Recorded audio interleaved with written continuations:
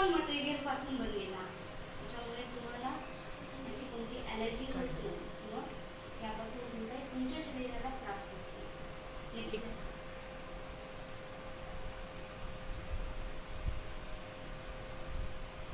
Cup बद्दल मी सुद्धा मासिक पाळीमध्ये जेव्हा मी लहान होते तेव्हा कापड वापरलेले आहे, मुलगी झाल्यानंतर सॅनिटरी पॅड वापरलेले आहे आणि आता मला सुद्धा दरवेळेस दर महिन्याला आपण 6 ते 8 तासाला सॅनिटरी पॅड बदलायचं.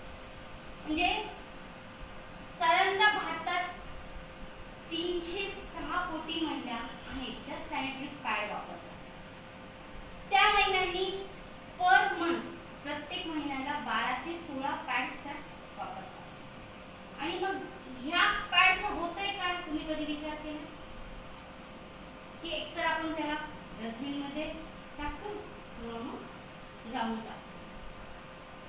डस्टबिन मध्ये टाकल्यानंतर की प्रत्येक वर्षाला जवळपास 5000 टन हा कचरा आपण या भूतलावरती, म्हणजे फक्त विचार करा तुम्ही, भारतात फक्त 5000 टन एवढं मोठं प्रदूषण हा फक्त या पॅडमुळे.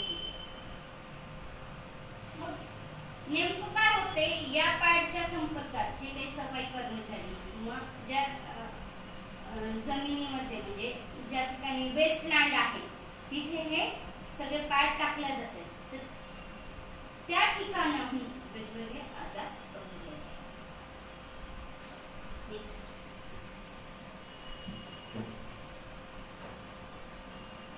अजून काय काय त्याचे दुष्परिणाम आहेत की पॅड आणि जे काही बाजारात पॅड भेटतात त्याचा जो सर्वात मागचा जो भाग आहे तो प्लास्टिकच्या मटेरियल बनलेला आहे. तर त्याला डिकम्पोज होण्यासाठी, त्याला पूर्ण विघटन होण्यासाठी शेकडो वर्ष लागतात. आणि पर्यावरणपूरक जरी आपण पॅड म्हटले तरी त्याचा वापर खूप कमी होतो.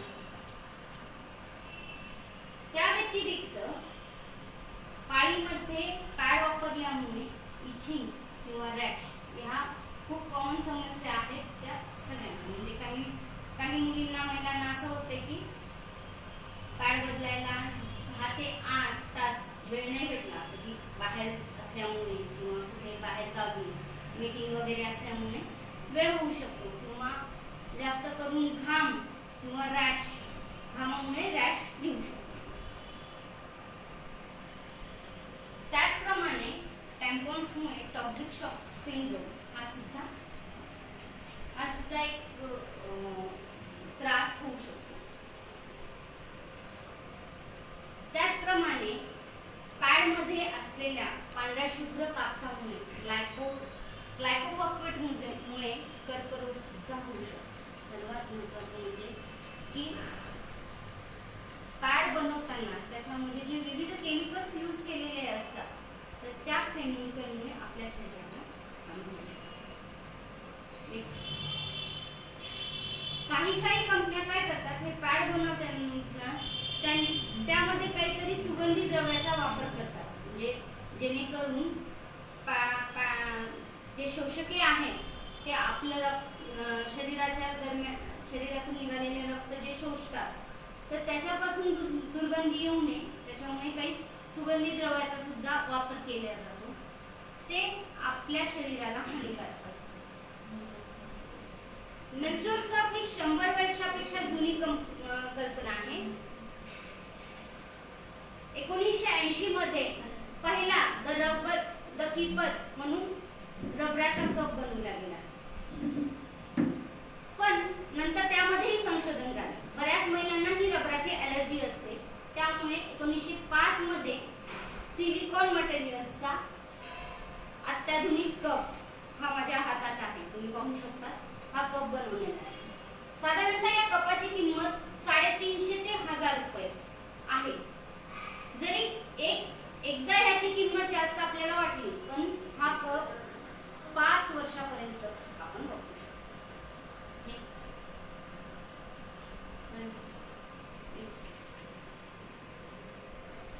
मग हा कप आपल्याला वेगवेगळ्या साईज मध्ये उपलब्ध आहे, मीडियम, स्मॉल आणि लार्ज. हा जो कप आहे हा मीडियम आहे. स्मॉल कप हा टीनेजर्स साठी आहे, ज्यांना फक्त नुकतीच पाळी सुरू झालेली आहे त्यांच्यासाठी. मीडियम कप हा ज्या महिलांनी मुलांना जन्म दिलेला आहे त्यांच्यासाठी मीडियम कप आहे. आणि साधारणतः 35 वर्षाच्या आतल्या महिलांसाठी हा कप उपयोगी आहे. आणि लार्ज कप ज्या महिलांनी बाळांना योनी मार्गाद्वारे म्हणजे त्यांची नॉर्मल डिलिव्हरी झालेली आहे अशा महिलांसाठी लार्ज कप आहे. त्यांचा जो रक्तस्राव असतो पाळीच्या दरम्यान हा जास्त असतो. ह्यामध्ये फक्त साईजचा फरक आहे. स्मॉल कप ची कलेक्शन कॅपॅसिटी ही 15 ml असते, मीडियम कपची ही 22 ml असते आणि लार्ज कपची ही 30 ml एवढी ही होल्डिंग कॅपॅसिटी आहे. म्हणजे जर तुम्हाला हा कप एम्प्टी करायचा प्रत्येक 8 तासानंतरच, पण त्याची होल्ड करण्याची कॅपॅसिटी ही वेगवेगळी आहे. बाकी प्रत्येक कप, सगळे कपचं मेकॅनिझम सेम आहे.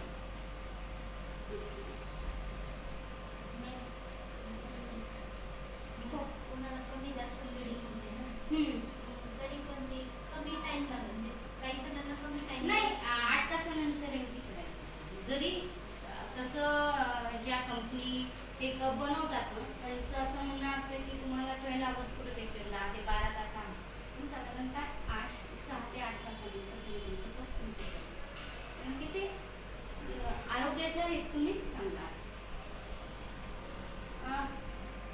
नेमकं मग कप वापरायचा कसा? सर्वात आधी कोणतेही पॅड किंवा सुती कापड किंवा मेन्स्ट्रुअल कप हे वापरण्याच्या आधी तुम्ही तुमचे हात स्वच्छ धुवा. तुमच्या हातामध्ये मेन्स्ट्रुअल कप घ्या, त्याचा सी आकाराचा फोल्ड करा. इंग्लिश अल्फाबेटिकल लेटर सी दिसतंय सगळ्यांना? मग हा सी आकारचा फोल्ड केल्यानंतर तुम्ही तुमच्या योनी मार्गावरती हा कप इन्सर्ट करा. त्या ठिकाणी मग हे नेमकं हा कप काम कसं करतो? हा सक्शन म्हणून जेव्हा मग तुम्ही हा प्रेस योनी मार्गामध्ये सरकाल तर हा कप तिथे उघडेल आणि आता जसा आवाज आला ना, जेव्हा रिलीज होईल त्याच्यातली हवा आणि त्याच्यामुळे तो तुमच्या योनी मार्गामध्ये घट्ट बसतो आणि तुमच्या गर्भाशयातून जे काही रक्त येणार आहे तो या कपामध्ये पूर्ण करेल. साधारणतः 6 ते 8 तासानंतर तुम्हाला काय करायचं? ह्या कपाचं जे शेवटचं टोक दिसते ना, आता सक्शन प्रेशरवरती ह्याचं मेकॅनिझम आहे, तर तुम्हाला हा सक्शन ब्रेक करायचा आहे. ब्रेक करण्यासाठी खालचा भाग आहे ना त्याला थोडंसं दुमडून हळूच तुमच्या योनीमार्गातून बाहेर काढायचं. इथे जर तुम्ही दुमडलं तर ते सक्शन रिलीज होईल, तो कप लूज होईल आणि तुम्हाला तो काढण्यास मिळेल. मग हा तुम्ही टॉयलेटमध्ये जे काही यामध्ये जमा झालेले रक्त आहे तुम्ही डायरेक्ट टॉयलेटमध्ये फ्लश करा आणि हा कप तुम्ही पाण्याने धुवून सुका करून लगेच परत सेम कप तुम्ही यूज करू शकता. त्याच्यासाठी जसं आपण पॅड वापरलं की पॅड दुसरा पॅड बदलतो तसं गरज नाही. हाच कप तुम्ही बदलता. सुरुवातीला अगदी फर्स्ट तुम्ही जेव्हा बाजारातून कप आणाल तेव्हा त्याला 5 ते 7 मिनिटं उकळून निर्जंतुक करायचं. निर्जंतुक केल्यानंतर पूर्ण कोरडा करायचा आणि त्यानंतरच वापरायचा. आणि दरवेळेस म्हणजे आता ही पाळी संपली तर पुढच्या पाळीमध्ये आपल्याला तो कप वापरायचा, तर त्यावेळेस तुम्ही 5 ते 7 मिनिटं या कपाला उकळत्या पाण्यामध्ये निर्जंतुक करा आणि याच्यासोबतच छोटीशी एक बॅग येते,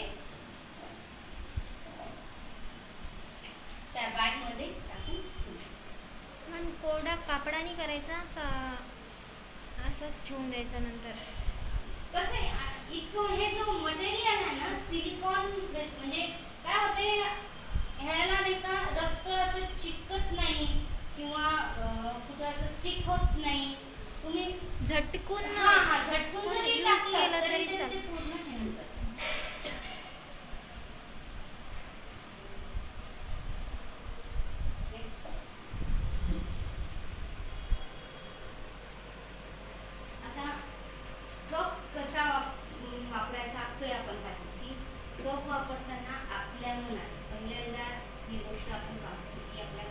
मनात वेगवेगळे प्रश्न येणार की हा जर कप मी माझ्या योनी मार्गामध्ये ठेवला तर मला फॉरेन बॉडी सेन्सेशन होणार नाही, आतमध्ये आहे. कारण की आपल्या शरीरामध्ये काहीतरी आहे असं तर फील होणार नाही ना, की आपल्याला डे टू डे ऍक्टिव्हिटीज करायच्या, आपल्याला प्रत्येक गोष्टी करायच्या.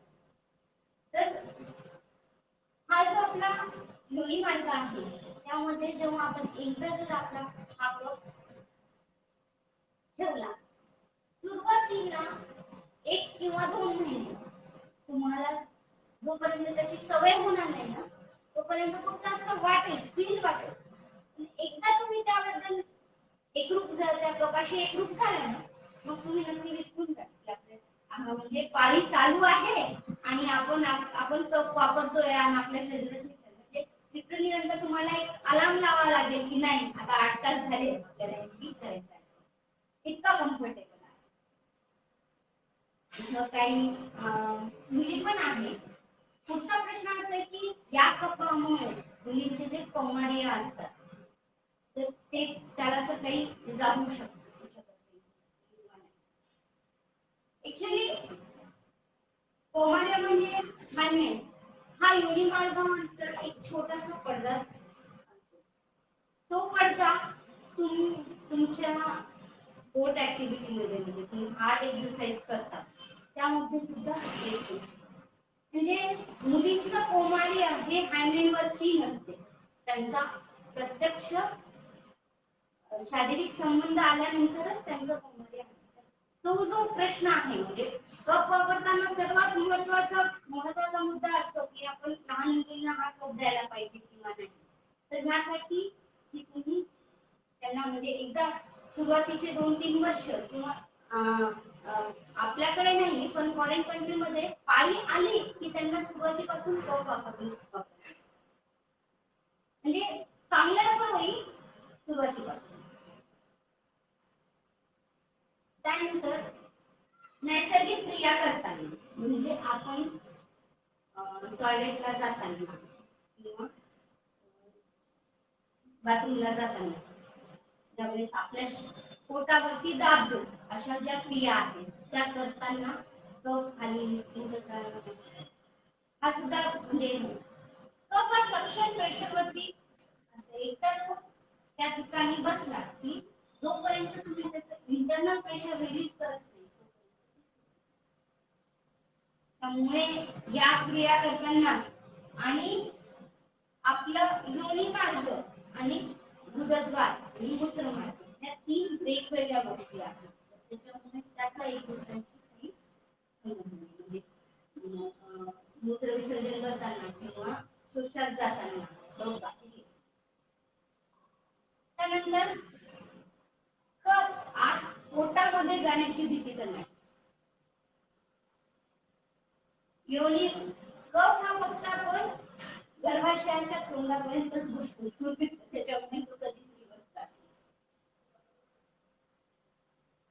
ज्या महिला प्रॉपर्टी वापरतात अशा महिलांना कप वापरतात. प्रॉपर्टी म्हणजे एक टी आकाराचा डिव्हाइस असतो तो गर्भाशयात असतो आणि आपण कप बसवतोय तो आपल्या योनीमध्ये. त्यामुळे प्रॉपर्टीचा आणि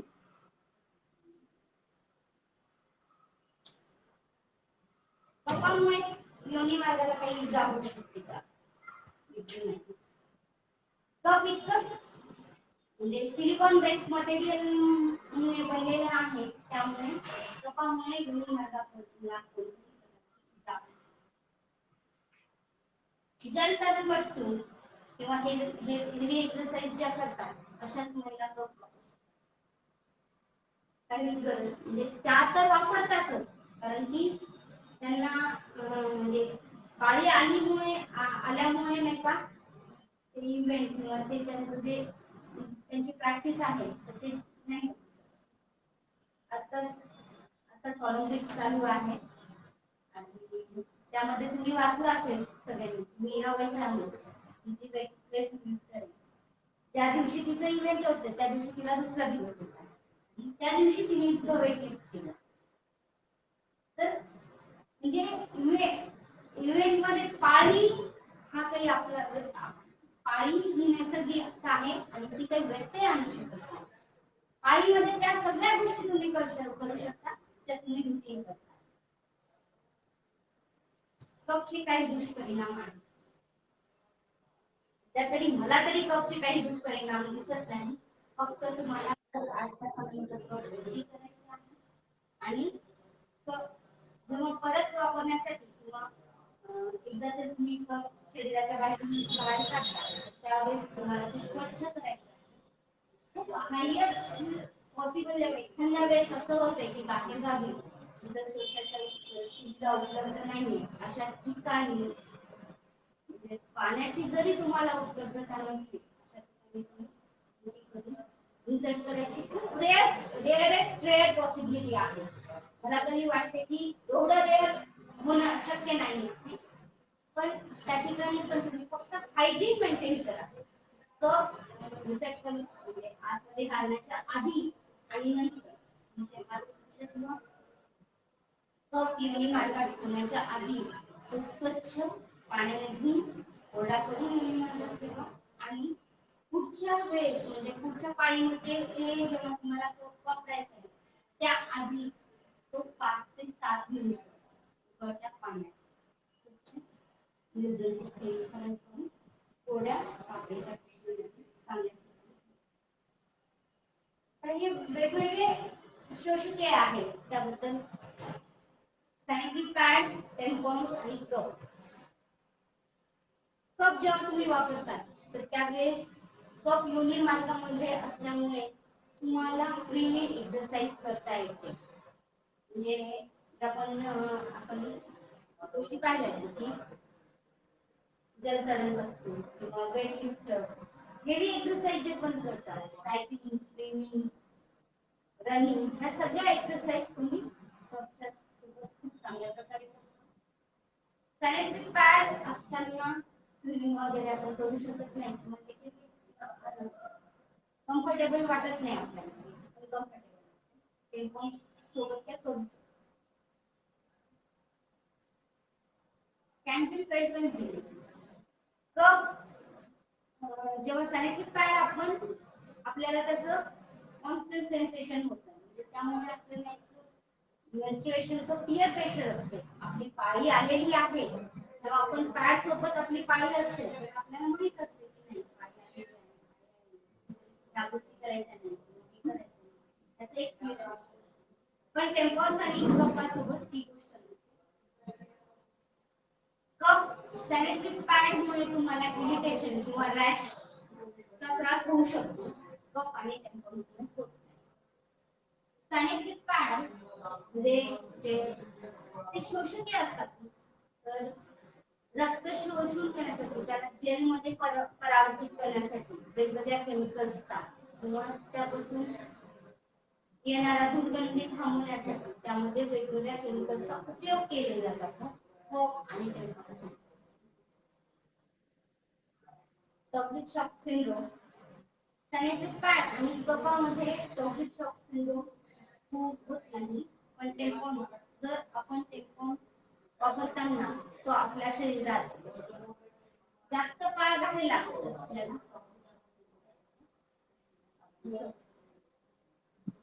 सर्वात महत्वाचं म्हणजे पाळी आल्यानंतर आपण काय म्हणतो की झोप पाळीमध्ये आराम करायचा.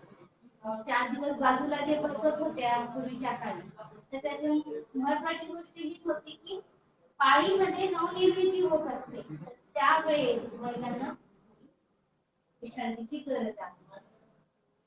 नेमकं काय होते पॅड जेव्हा आपण वापरतो तर त्यामुळे लिकेज होणार मग काय सरकेल किंवा त्यामुळे आपल्याला डागाची खूप जास्त भीती मनात असते.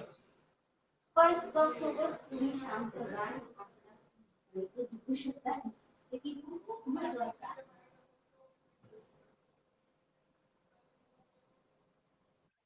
त्यामुळे तुमच्या पीएच वरती कोणत्याही प्रकारचा बॅलन्स किंवा इम्बॅलन्स होऊ शकत नाही. प्रत्येक 6 तासाला तुम्ही 6 ते 8 तासाला तुम्ही शुल्क भरता. कप असताना तुम्हाला इतकं मोठं फ्रीडम फ्री मेन्स्ट्रुएशन त्याला म्हणतो आपण. मासिक पाळीमध्ये तुम्ही विसरून जा की तुम्हाला पाळी आलेली आहे. इतकं कप सोबत एकच कप तुम्ही 5 वर्ष वापरू शकता. म्हणजे साधारणतः 500 ते 700 म्हणजे पर पिरियड तुमची कॉस्ट खूप कमी होते. असं तुम्हाला जर सॅनिटरी पॅड जर वापरत असाल तर 10 ते 12 पॅड्स तुम्हाला दर महिन्याला लागतील. त्याचं साधारण खर्च 100 ते 150 आणि is very much cost effective. सर्वात महत्वाचं की प्रदूषण आता आपण 20व्या शतकात आपण ज्या काही गोष्टी वापरता आहे तर त्या गोष्टींचा आपल्या भूतलावरती आपण किती कचरा करून जातो याचा विचार करायलाच हवा. आणि त्यामुळे तुम्ही तुमचं निदान तुम्ही तुमच्या पुरतं तरी तो कचरा वेस्ट मध्ये जात नाहीये आहे आणि मी प्रदूषण मला तुमचं खारीचा वाटा आहे प्रदूषण कमी करण्यासाठी.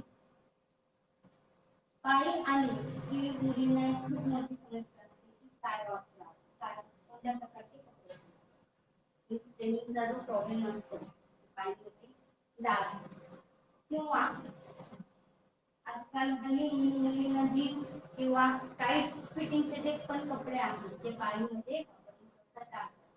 कारण की हार्ड लाइनिंग दिसते आणि त्यामुळे त्या टाळतात. तर त्या गोष्टीची काही सुद्धा वापरू.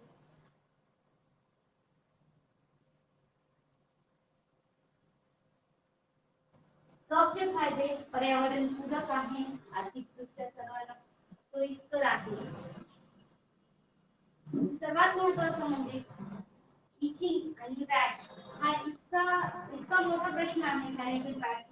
प्रत्येकाला मला वाटते की त्याच्या आधी डॉक्युमेंट सेक्शन मध्ये आणि आम्ही मासिक पाळी समुपदेशनच्या कार्यक्रमातून जेव्हा पण जातो तेव्हा मॅक्झिमम 70 ते 80% मुलींना इचिंग आणि रॅश त्रास आहे. तर सोबत ह्या गोष्टी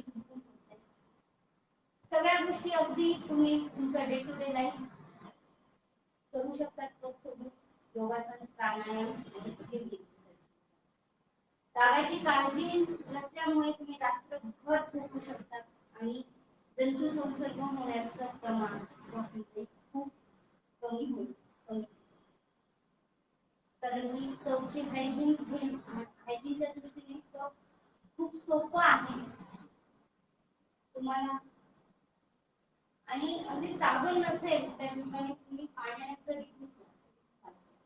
की युनिस्राव जो असतो तो स्वतःलाच निर्मूल ठेवत असतो. त्यामुळे तुम्हाला त्याला स्वच्छ ठेवण्यासाठी आधी तुम्ही व्हिडिओमध्ये पाहिलं की त्या ठिकाणी कोणत्याही प्रकारचं डिओड्रंट वगैरेची गरज नसते. साबण किंवा युनि हा स्वतःचं पीएच बॅलन्स स्वतःहून करतो.